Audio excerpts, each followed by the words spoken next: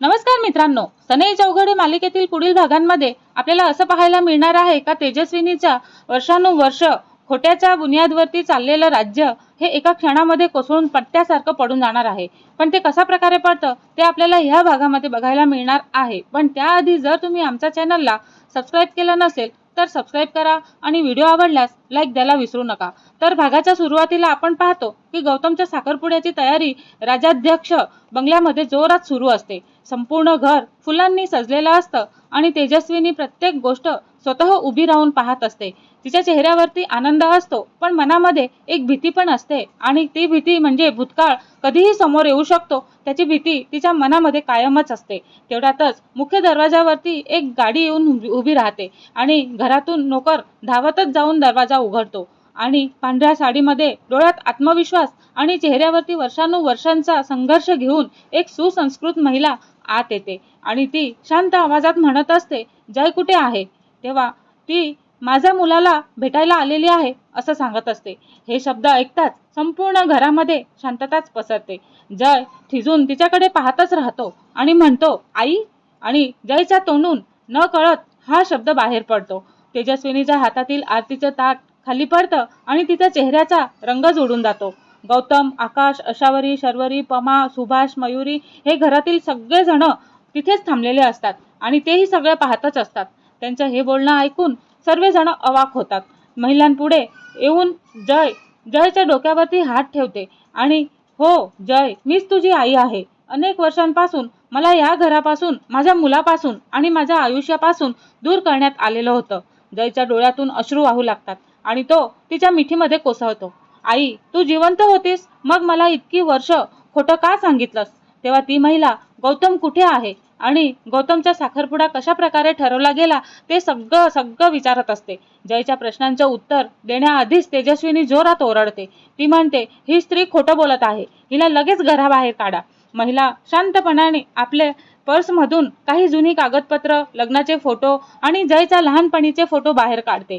हे बघा, हे माझा आणि जयच्या वडिलांच्या लग्नाचे फोटो आहेत आणि हा जयचा जन्मदाखला आहे आणि ही हॉस्पिटलची पण नोंद आहे। घरातील सगळे कागदपत्र पाहून हादरूनच जातात। तेवढ्यातच घरामध्ये प्रवेश होतो तो एक वकिलांचा आणि तो वकीलही त्या महिलानेच आणलेला असतो। मला सत्य सांगण्यासाठी बोलावण्यात आलेला आहे असं तो वकील म्हणत असतो। वकील म्हणतो की या सगळ्या कागदपत्रांची आम्ही तपासणी केलेली असताना ही महिला खरोखरच जयची सख्खी आई आहे असं नमूद केलेलं आहे।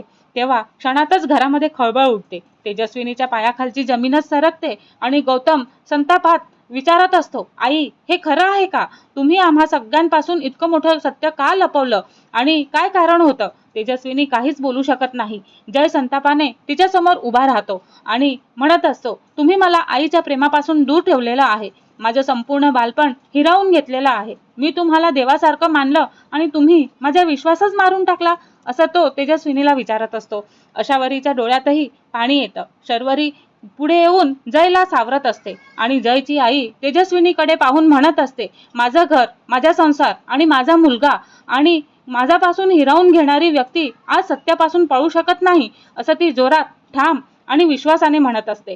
आणि तेवढ्यातच घरातील ज्येष्ठ व्यक्ती कठोर निर्णय जाहीर करतात आणि ते म्हणतात, तेजस्विनी, ह्या घरात विश्वासाला सर्वात जास्त किंमत आहे।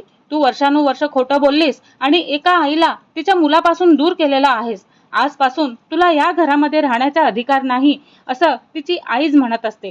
तेजस्विनी हादरून जाते आणि ती म्हणते, नाही, मला एक संधी द्या। मी चूक केलेली आहे पण ते चूकचं कारणही माझ्याकडे आहे आणि ते मी वेळ आल्यावरती स्पष्ट करेल। पण कोणीही तिचं ऐकून घेत नाही। गौतम डोळ्यामध्ये अश्रू आणून म्हणत असतो, आजपासून माझ्यासाठी सर्व सत्य सर्वांसमोर सर्वात मोठं आहे आणि आई, तुमच्या चुकीची शिक्षा तुम्हालाच भोगावी लागणार आहे असं तू तेजस्विनीला म्हणत असतो। आणि तेजस्विनी हळूहळू दाराकडे चालू लागते। संपूर्ण घर तिच्याकडे पाहतच राहतं। घराबाहेर पडताना ती मागे वळून जयकडे पाहते पण जय तिच्याकडे न पाहता आपल्या खऱ्या आईचा हात घट्ट पकडून उभा असतो। हे सगळं बघतच त्याच क्षणी साखरपुड्याचं वातावरण पूर्णपणे बदलून गेलेलं असतं आणि एका आईला तिचा मुलगा परत तर मिळतो आणि दुसरीकडे आपण पाहतो की अनेक वर्ष खोट्यावरती उभं राहिलेलं साम्राज्य एका क्षणामध्येच कोसळून जातं। आणि तेवढ्यातच तेजस्विनीला स्वप्नातून ती जागी होते। पण हे स्वप्न तिचं खरं असेल का? का खरंच तिच्या आयुष्यात हा मोठा बदल घडलेला आहे? तर इथेच हा भाग संपतो आणि एवढं मोठं सत्य का लपवलं असेल, तिच्या कटामागचा खरा सूत्रधार कोण असेल आणि जयची आई आणखीन कोणते धक्कादायक पुरावे समोर आणणार, हे सगळं आपल्याला पुढील भागांमध्ये बघायला मिळणारच आहे. पण त्याआधी जर तुम्ही आमच्या चॅनलला सबस्क्राईब केलं नसेल तर सबस्क्राईब करा आणि व्हिडिओ आवडल्यास लाईक द्यायला विसरू नका. धन्यवाद.